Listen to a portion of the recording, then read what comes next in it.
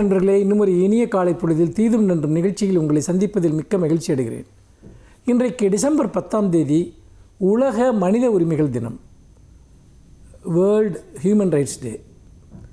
இந்த உலக மனித உரிமைகள் தினம் என்பது 1948 ஐநா மன்றம் வெளியிட்ட மனித உரிமை சாசனம். டிசம்பர் 10 தான் ஐநா மன்றம் இந்த மனித உரிமை சாசனத்தை வெளியிட்டது.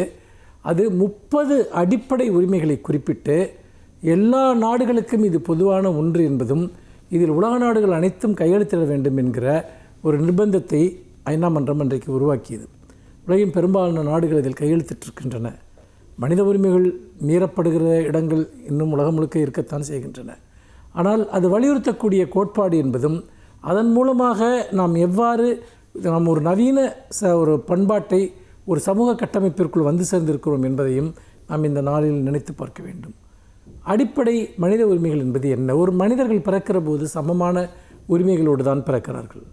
ஆனால் சமூக ஏற்றத்தாழ்வுகளின் வழியாக, பல்வேறு பாகுபாடுகளின் வழியாக, ஒடுக்குமுறைகளின் வழியாக அவர்களுடைய அடிப்படை உரிமைகள் மறுக்கப்படுகின்றன. அதாவது பாலின ரீதியான ஏற்றத்தாழ்வுகள், அதன் மூலமாக பெண்களினுடைய உரிமைகள் மறுக்கப்படுவது. இன்னொரு புறம் வறுமையின் காரணமாக ஏற்படக்கூடிய ஏற்றத்தாழ்வுகள். அப்போது அடிப்படையான அந்த ஒரு மனிதர்களுக்குரிய பல்வேறு தேவைகள் அந்த வறுமையின் காரணமாக மறுக்கப்படுகின்றன என்பதை பார்க்கிறோம். இன்னொரு புறம் நீங்கள் பார்த்தீர்கள் என்றால் உணவு, உடை, இருப்பிடம், இது மூன்றுமே அடிப்படை மனித உரிமையாக கருதப்படுகிறது. இதை உத்தரவாதப்படுத்த வேண்டியது ஒரு சமூகத்தினுடைய, ஒரு அரசினுடைய மிக முதன்மையான ஒரு கடமை. இது அடிப்படை மனித உரிமைகளோடு சேர்ந்தது. அதோடு சேர்த்து கல்வி உரிமை, இது மிக மிக முக்கியமானது. ஒருவர் கல்வி கற்பதற்கான அடிப்படை உரிமை. அதனால்தான் நாம் அனைவருக்கும் கல்வி என்கிற அந்த கோட்பாட்டை நாம் தீவிரமாக பின்பற்றி வருகிறோம். கல்வி உரிமையோடு சேர்த்து இன்னும் மிக முக்கியமாக ஒன்று, வயது வந்த ஆண்களுக்கும் பெண்களுக்கும் மன உரிமை. ஒருவர் விரும்பியவரை திருமணம் செய்து கொள்வதற்கான, அதில் சாதியோ மதமோ வேறு எந்த விஷயமோ குறுக்கே வரக்கூடாது. அந்த அடிப்படை மன உரிமை மனித உரிமை என்று அடிப்படையான ஒன்றாக கருதப்படுகிறது. இன்னொன்று, சட்டத்தின் முன் தன்னை பாதுகாத்து கொள்ளுதல். அதாவது குற்றம் சாட்டப்பட்ட ஒருவர் தண்டிக்கப்படுகிற வரைக்கும் அவர் குற்றவாளி அல்ல. அவர் தண்டிக்கப்படுகிற போது கூட அவருடைய அடிப்படை மனித கண்ணியம் என்பது மீறப்படக்கூடாது. இதுதான் மனித உரிமை சாசனத்தினுடைய மிக முக்கியமான விஷயம். முக்கியமாக சித்திரவதைகளுக்கு எதிராக, அவமானப்படுத்துதலுக்கு எதிரான மிக கடுமையான ஒரு எதிர்ப்பை மனித உரிமை சாசனம் என்பது வலியுறுத்துகிறது. அதே போல் மக்கள் தான் விரும்பிய இடத்தில் வாழக்கூடிய உரிமை, அவர்கள் எந்த இடத்திலும் அவர்கள் வாழ்வதற்கான உரிமைகள் மறுக்கப்படக்கூடாது. இடம் விட்டு இடம் செல்வதற்கான உரிமை, அதே போல் விரும்பிய மதத்தை பின்பற்றுவதற்கான உரிமை, விரும்பிய தொழிலை செய்வதற்கான உரிமை, இடம் விட்டு இடம்பெயர்வதற்கான உரிமை, இப்படி பல விஷயங்கள் அதில் வலியுறுத்தப்படுகின்றன. இன்றைக்கு நவீன நாகரிக சமுதாயம் எதெல்லாம் ஒரு மனிதனுடைய அடிப்படை உரிமைகள் என்று கருதுகிறதோ அது அனைத்துமே இந்த சாசனத்தின் வழியாகத்தான் உறுதிப்படுத்தப்பட்டது. நீங்கள் கேட்கலாம், இது புதிதாக இருக்கிறதே, காலமாக அனுபவித்து வருகிற ஒன்றுதானே என்று நீங்கள் கேட்கலாம். நிச்சயமாக இல்லை. ஏனென்றால் இந்த சாசனம் ஏற்றப்படுவதற்கு முன்பாக பல நாடுகளில் இந்த அடிப்படை உரிமைகள் மறுக்கப்பட்டிருக்கின்றன. அதில் முக்கியமாக பேச்சுரிமை, எழுத்துரிமை, கருத்துரிமை, வெளிப்பாட்டு சுதந்திரம், விரும்பியவர்களுக்கு வாக்களிக்கும் உரிமை, குழந்தைகளுக்கான உரிமை, இது எல்லாமே அடிப்படை மனித உரிமைகளோடு சேர்ந்தது தான்.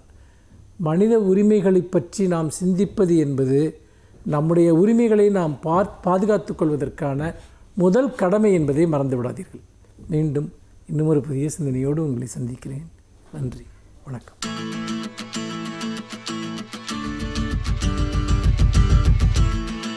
அனைவருக்கும் என் அன்பு வணக்கம். உலக அளவில் குறிக்கப்படுகிற நாள்கள் சில மட்டுமே உண்டு. அவற்றுள் ஒன்றுதான் இந்த டிசம்பர் 10. எப்படி மார்ச் 8 என்பது மகளிர் உரிமை நாள் என்று சொல்லுகிறோமோ, அப்படி டிசம்பர் 10 என்பது மனித உரிமை நாள் என்பதாக ஐக்கிய நாடுகள் அவை அறிவித்தது. எப்போது? 1948 டிசம்பர் 10 அதை அறிவித்தது. எனவே அந்த நாள்தான் அதனை ஆங்கிலத்திலே அறிவிக்கப்பட்ட ஒரு மனித உரிமை நாள் என்று சொல்லுவார்கள். ப்ரொக்ளைம்ட் ஹியூமன் ரைட்ஸ் டே என்று அதற்கு பெயர். அதுவும் யூனிவர்சலி ப்ரொக்ளைம்ட் என்று சொல்லுவார்கள். உலக அளவில் ஏற்றுக்கொண்டு சொல்லப்பட்ட அறிவிக்கப்பட்ட ஒரு நாள் இந்த மனித உரிமை நாள். ஏன் அதற்கு ஒரு தேவை வந்தது? ஐக்கிய நாடுகள் என்கிற ஒரு அமைப்புக்கே ஏன் தேவை வந்தது என்றால், அது 2ஆம் உலகப் போரினுடைய விடை பயன் அல்லது குழந்தை என்று தான் சொல்ல வேண்டும். மிகப்பெரிய தீமைகளிலிருந்தும் கூட மிகச்சில நன்மைகள் விளையும்.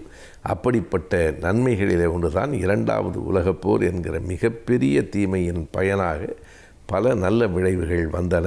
அந்த விளைவுகளில் ஒன்று உலக நாடுகளுக்கான ஒரு அவையை நியமிப்பது.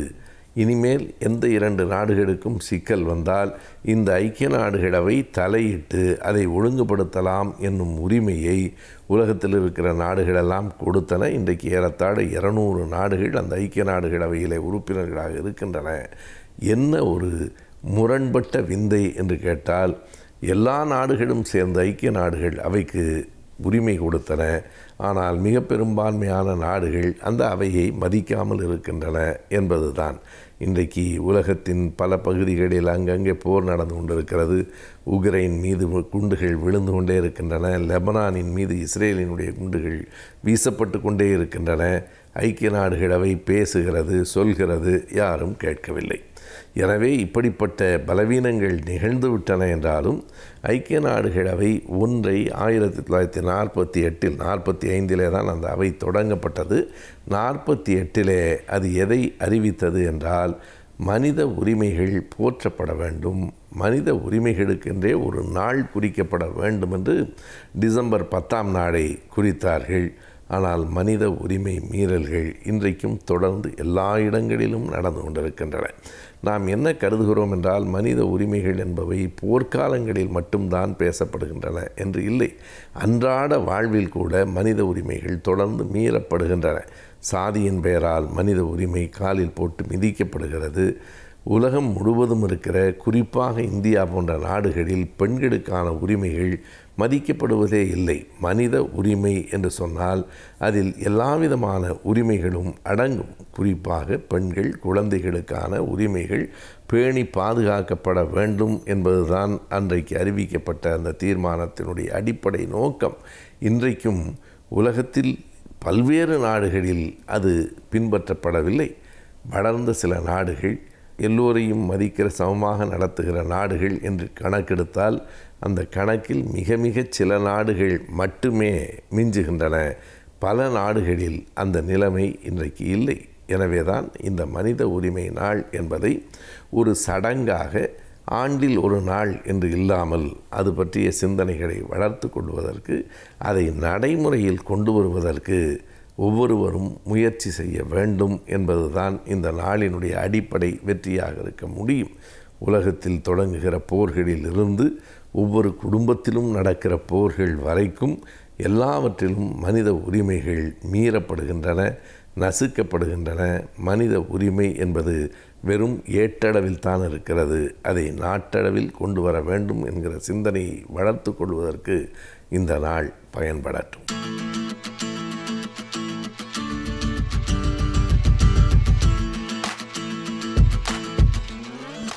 வணக்கம்.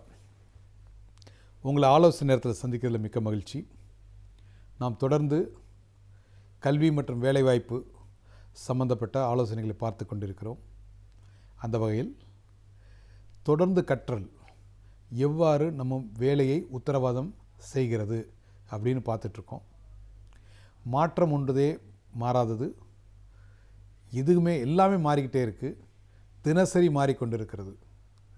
அந்த ஒரு அழகாக ஒரு இது சொல்லியிருந்தாங்க. இந்த நம்ம பழைய காலத்து ஃபோன் இருந்தது, ரோட்ரி ஃபோன் அப்படின்னு சொல்லுவாங்க. அது நம்பரை வந்து சுழற்றி டயல் பண்ணணும். அதிலிருந்து புஷ் பட்டன் ஃபோன் வருவதற்கு 50 வருடங்கள் காலமாச்சான். அதாவது ஒரு இந்த டைப் ஆஃப் ஃபோன்லேருந்து, சுற்றுற ஃபோன்லேருந்து பட்டனை அமுக்கிற, பொத்தானை அமுக்கிற ஃபோன் வரத்துக்கு பல வருடமானதான். ஆனால் இன்னைய சூழ்நிலை தினசரி மாற்றங்கள் வந்து கொண்டே இருக்கிறது. தினசரி ஒவ்வொரு துறையிலும் மாற்றங்கள் வந்து கொண்டிருக்கிறது.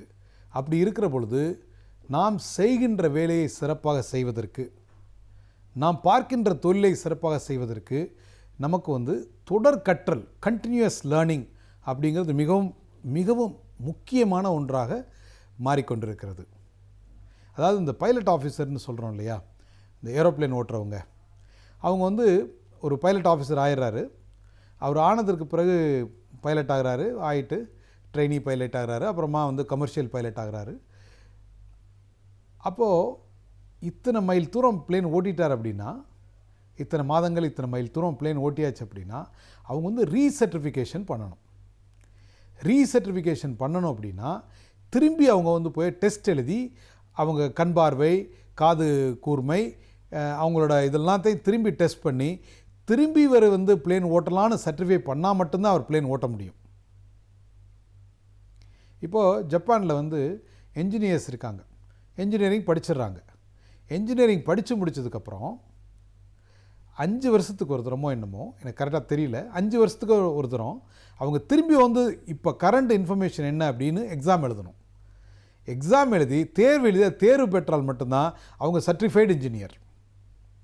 சர்டிஃபைடு இன்ஜினியர் மட்டும்தான் வேலை பார்க்க முடியும்.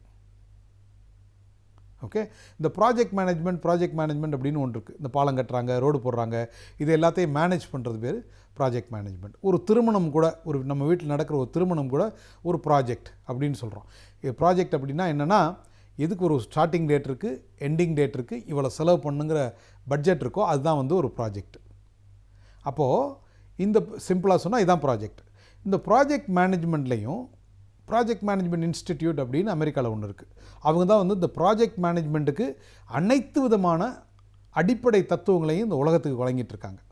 அது வந்து லாபம் ஈட்டாத ஒரு நிறுவனம்.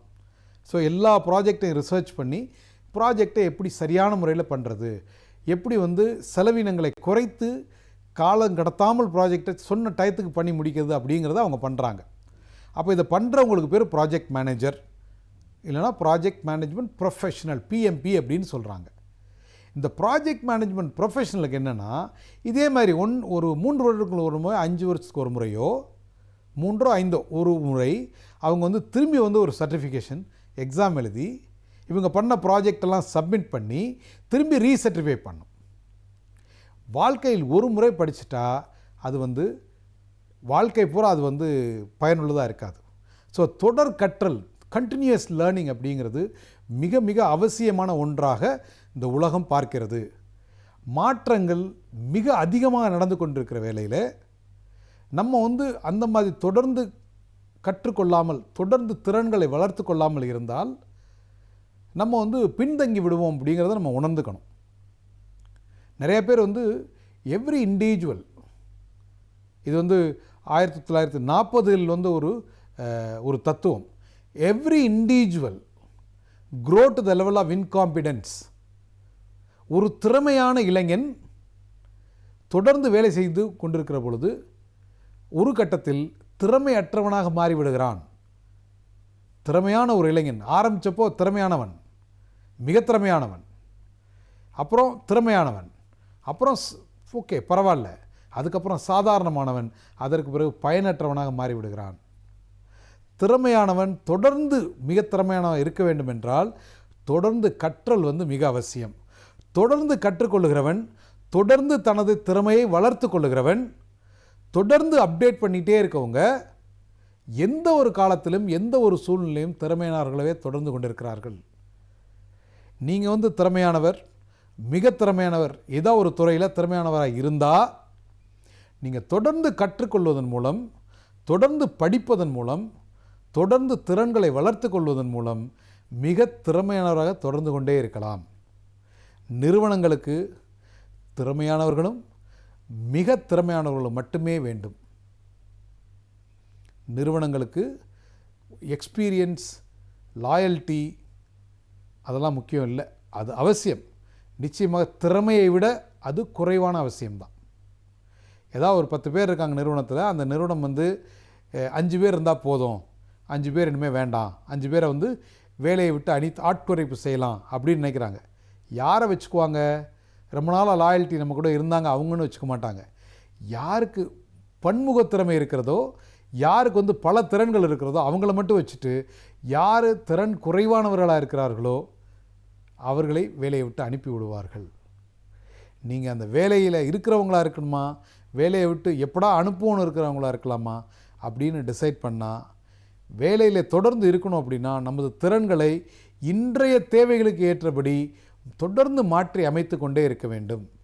அவ்வாறு தொடர்ந்து மாற்றி அமைத்து கொள்வதன் மூலம் நாம் எந்த ஒரு சூழ்நிலையிலும் அந்த நிறுவனத்திற்கு தேவையானவராக நம்மை மாற்றிக்கொண்டிருக்கிறோம். அந்த நிறுவனம் நமக்கு என்ன செய்வது அப்படிங்கிறத விட, என்ன செய்தது அப்படிங்கிறத விட, நீ என் நிறுவனத்துக்கு என்ன கான்ட்ரிபியூஷன் பண்ணுறீங்க, நான் எனது நிறுவனத்திற்கு என்ன கான்ட்ரிபியூட் பண்ணேன் அப்படிங்கிற கேள்வியை நம்ம தொடர்ந்து கேட்டால் நம்ம அந்த நிறுவனத்தில் தொடர்ந்து வளர்ந்து கொண்டிருப்பதற்கு வாய்ப்பு அதிகமாகிறது. எந்த ஒரு நிறுவனமும் திறமையானவர்களை இழந்து விடுவதில்லை. நீங்கள் அந்த நிறுவனத்திலேருந்து இழக்காமல் இருக்கணும் அப்படின்னா, நிறுவனத்தில் தொடர்ந்து வளர்ந்து கொள்ள வேண்டும் என்றால் நிச்சயமாக தொடர்ந்து உங்களது திறன்களை வளர்த்து கொள்ள வேண்டும்.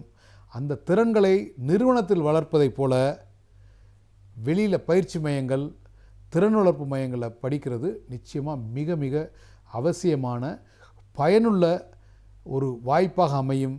வாழ்த்துக்கள். வணக்கம்.